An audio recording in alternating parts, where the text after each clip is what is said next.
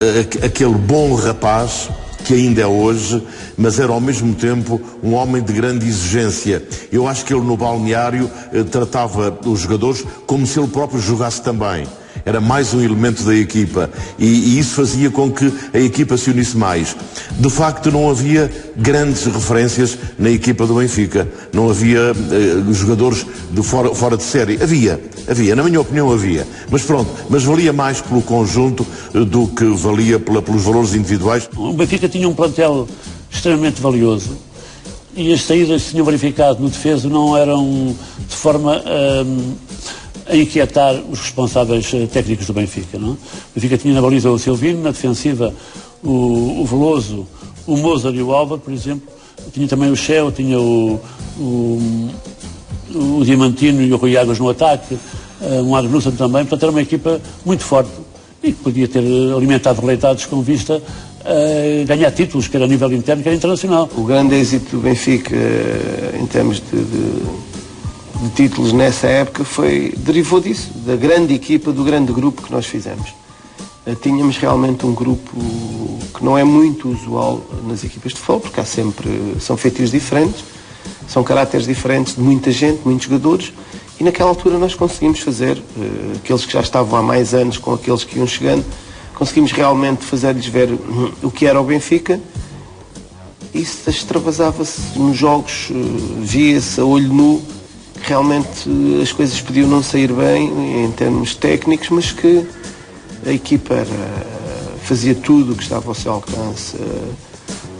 Qualquer jogador ajudava outro, não tínhamos problemas do avançado vir à defesa, de ajudar, portanto era uma entreajuda enormíssima e que fez com que fizéssemos alguns bons resultados. Tony, versão treinador principal, não poderia ter melhor estreia na Taça dos Campeões. A 2 de março de 88, a primeira mão dos quartos de final é mais do que um encontro de velhos conhecidos. É um ajuste de contas entre o finalista vencido e o vencedor da Taça UEFA 82-83, que é, como quem diz, um apetitoso Benfica Anderlecht. Direcionámos os nossos objetivos para esse jogo e ao direcioná-los para esse jogo estávamos a fazer uma aposta clara na Liga dos Campeões Europeus, que acabámos depois por ultrapassar o Anderlecht. Ganhámos aqui 2-0, depois perdemos lá 1-0. Aliás, é o único golo que sofremos ao longo da prova. Nessa época, na Taça dos Campeões, foram jogos realmente magníficos. Eu estou me lembrar desse por causa de ter feito o gol, mas teve o Conselho de Bucareste e os jogos que fizemos, os outros jogos que fizemos em casa, realmente foram jogos que ficam mesmo na memória, porque não só por estar cheio o estádio com 120 mil pessoas, mas pelos jogos que a equipa realmente realizou. Acho que foi um grande campeonato. O teste de fogo é passado com distinção e num espaço de apenas 3 minutos. Mats Magnusson abre o marcador aos 15 e Chiquinho Carlos fecha-o aos 18. Agora era preciso ir a Bruxelas e resistir ao tudo por tudo dos belgas. E esta eliminatória com o Anderlecht fez-me recordar, na altura, uma eliminatória com o Saint-Étienne, em 68, em que se verificaram os mesmos resultados. O Benfica ganhou em casa 2-0 e depois foi fora defender esse resultado. E por isso, este resultado 2-0-0-1 faz lembrar isso mesmo, é que o Benfica foi a Bruxelas defender essa vantagem, que não se pode dizer que seja magra, mas que nos tempos que correm não é muito, não garante muita segurança, são apenas 2 golos, mas de qualquer forma o adversário não marcou nenhum, o que dá também alguma esperança. E o facto do Anderlecht ter ganho apenas por 1-0 fica a ver-se precisamente a isso, ao bom trabalho do setor defensivo, num jogo em que o Anderlecht dominou por completo, carregou sobre a baliza contrária, mas não conseguiu os seus objetivos. Eu recordo-me do jogo, essencialmente lá, que o jogo tinha chovido no dia anterior, o campo estava pesadíssimo e nós fizemos uma grande partida e nós fomos implacáveis ali na defesa, que não passou mesmo nada. Foi um jogo fantástico. E foi um jogo de facto macaco. Não foi um jogo que desse para grandes tropelias, nem futebol arte. Aquilo foi mesmo um jogo de arregaçar as mangas.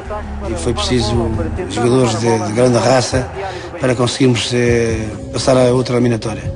E neste jogo o Silvino estava a fazer a barreira e de repente eles marcaram o livre rapidamente e sofremos um gol que podia ser fatal, porque eles se fizessem 2-0 passavam a eliminatória. Mas felizmente tivemos uma defesa, a nossa defesa era muito forte. Foi o único gol que sofremos nessa fase, e isso permitiu que a equipa passasse às meias finais e conseguimos depois ter um sucesso fantástico contra o Steaua de Bucareste e chegamos à final. Grandes nomes como Lozano, Niels, De Wilde, De Mol ou Stapleton não foram suficientes para vergar os comandados de Tony. No fim dos 90 minutos, só por uma vez o Anderlecht logrou ultrapassar a resistência encarnada e alvejar a baliza com sucesso. Esse golo insuficiente seria o único sofrido pelo Benfica em jogo jogado durante toda a campanha europeia de 87-88. Mérito de um guarda-redes chamado Silvino e de uma defesa preferencialmente composta por Veloso, Álvaro, Dito e Moser.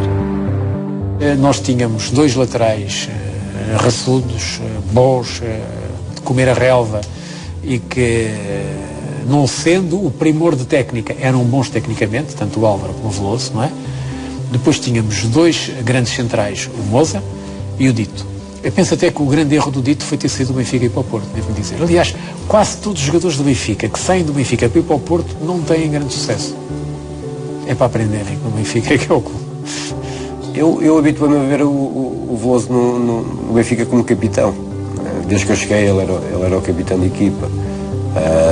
Bom profissional, uma grande entrega. Era muito difícil passar por ele. Recordo-me que era muito difícil passar por ele, mesmo nos treinos. Ele tinha mesmo, além do valor individual, naturalmente que tinha aquela ratice que é necessário ter.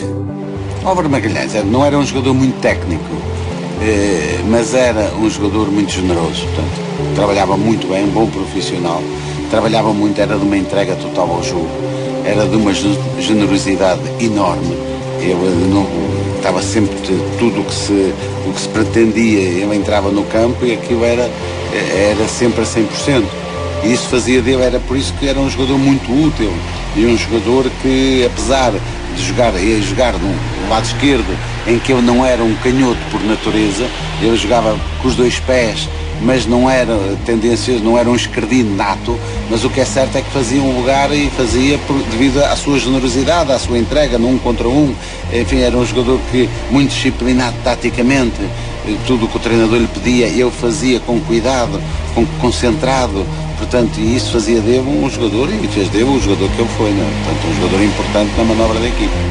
O Moser era o que se podia chamar um imperador da defesa. Isto é, ele, é evidente que é um jogador alto e bem constituído, era um jogador alto e bem constituído, mas não era isso. É que parecia que ele ocupava o espaço e que aparecia sempre no sítio que era necessário, quase sem se dar por ele, mas e era um jogador, enfim, que era duro quando ficou com essa fama, quando era preciso ser, mas de facto era um jogador de uma classe impressionante e marcou uma época. Eu acho que para as pessoas da minha idade o Moser passou a ser, a partir do momento em que veio para o Benfica, a referência em termos de defesas centrais. Restavam agora 4 equipas na corrida à Taça dos Campeões: Benfica, Steaua de Bucareste, PSV Eindhoven e Real Madrid. O Porto, esse, tinha caído há muito às mãos do Real logo na segunda eliminatória. O quadro das meias finais dita um confronto entre espanhóis e holandeses e outro entre portugueses e romenos. O Benfica tem por isso de suplantar o mais difícil obstáculo da época até então: o Steaua, que foi campeão europeu há apenas 2 anos e que conta com Hagi, Popescu, Boloni ou Lakatos. A primeira mão joga-se em Bucareste e nenhum deslize será permitido. O Steaua de Bucareste, é preciso dizer-se que era um adversário de respeito, porque tinha sido campeão europeu 2 anos antes. Não tinha nada a ver com o Steaua de Bucareste dos tempos atuais. Na altura era uma equipa forte. Na altura, os jogadores dos países de leste raramente saíam para os campeonatos principais e mantendo-se lá. Portanto, as equipas de leste eram fortíssimas E o Steaua de Bucareste conseguiu, inclusive, chegar ao título europeu. Aliás, Espanha foi a primeira equipa de leste a consegui-lo. Jogava lá o Hagi, por exemplo, depois mais tarde veio para o Real Madrid e para o Barcelona, o Lakatos, o Balinto, o Laszlo Bologna, depois foi treinador do Sporting. Era uma equipa muito forte. O Steaua tinha sido campeão em 86, tinha ganho ao Barcelona em Espanha, no final. E também há outra coisa, é que no ano seguinte a ter jogado connosco a meia-final, o Steaua foi finalista da Taça dos Campeões Europeus com o Milan. Ou seja, temos ali, durante 3 épocas ou 4, o Steaua de Bucareste é campeão europeu, joga uma meia-final e joga outra final. Portanto, não estamos a falar de uma equipa qualquer. O Steaua também jogava também com um pendor muito defensivo, era uma equipa que raramente conhecia a derrota. Como se sabe, foi um dos grandes recordistas a nível europeu de vitórias consecutivas, agora que isso está agora na moda, com o Benfica, pois o Steaua teve cerca de 2 épocas seguidas sem nunca perder. E por isso temia-se muito a sua capacidade de resposta na visita cá a Portugal. Os golos são o sal do futebol, mas poucas vezes um empate a 0 terá sabido tão bem ao gosto encarnado. O acesso à final ia ser decidido em pleno Estádio da Luz, com 120 mil incansáveis adeptos nas bancadas e uma noite inspirada de Rui Águas. Foi talvez a noite mais importante em termos de carreira que eu tive. Porque era uma ocasião especial, porque era uma meia-final e porque não íamos a uma final, Benfica não ia a uma final europeia há muito tempo, há 20 anos na altura. Por isso, uma noite muito especial que foi inesquecível também para mim, porque fui autor dos golos, porque o estádio estava cheio talvez como nunca, e porque foi uma alegria imensa, coletiva, que eu relembro sempre. É um grande resultado que abria francas perspectivas para o jogo da Luz, porque quando foi a Universidade de Craiova, esse jogo lá foi na segunda mão e aqui foi na primeira, portanto estava tudo em aberto para uma apoteose no Estádio da Luz frente a este Steaua, que mesmo assim não tinha desistido de tentar um bom resultado cá em Portugal. Qualquer empate com golos dava o apuramento para os romenos. Empatamos em casa 0-0. Jugando, digo yo, un poco, tuvimos 2 o 3 ocasiones, pero acabó 0-0. Después jugamos aquí en Lisbona, hemos perdido 2-0. Benfica tenía un buen equipo, entonces me recuerdo que Rui Águas hizo 2 goles y se lo mereció porque se han ido en la final de Champions League. Benfica ha sido un club siempre grande que está conocido também muito de los romanos, ¿no? Que os romanos conhecem muito. O Steaua de Bucareste tinha sido campeão europeu no ano anterior e com jogadores de grande nível e claro, levamos a eliminatória para o Estádio da Luz com um estádio completamente cheio, com 130 mil pessoas, e fora aquelas pessoas que tinham bilhete e que não conseguiram. Olha, eu tive vários amigos meus que tinham bilhete e não conseguiram assistir ao jogo no campo, uma vez que estava completamente cheio. E foi uma noite de grande alegria para todos os benfiquistas, uma vez que fizemos um jogo de grande nível. O Rui Águas fez 2 golos, mas a equipa toda no conjunto o coletivo funcionou em pleno. Fomos verdadeiros campeões neste jogo, foi só assim é que podíamos chegar a uma final, e foi uma noite que ninguém vai esquecer. Essa noite foi um jogo que fui para lá muito cedo e estávamos todos, os amigos, até levei amigos que não eram muito habituais do estádio, e eu adivinhei o resultado e concretizou-se ao longo do jogo, não é? Foi uma boa vitória do Benfica que ao saltarmos todos quando se marcou o segundo golo, que foi todos uns para cima dos outros, ainda me aleijei um bocado, mas foi uma grande emoção esse jogo, nunca mais me esqueço. De repente, a minha geração ter possibilidade de assistir a uma coisa que sempre foi difícil, que começava a tornar-se impensável, que era atingir uma final da Taça dos Campeões Europeus. E acho que com o segundo golo do Rui Águas, apossou-se do estádio, das pessoas, a certeza absoluta de que já não nos iria escapar a presença na final, como foi. E foi um tempo de sonho até jogarmos a final. Foi um tempo muito bom de se viver, porque era o sonho de voltarmos a ter o Benfica campeão europeu.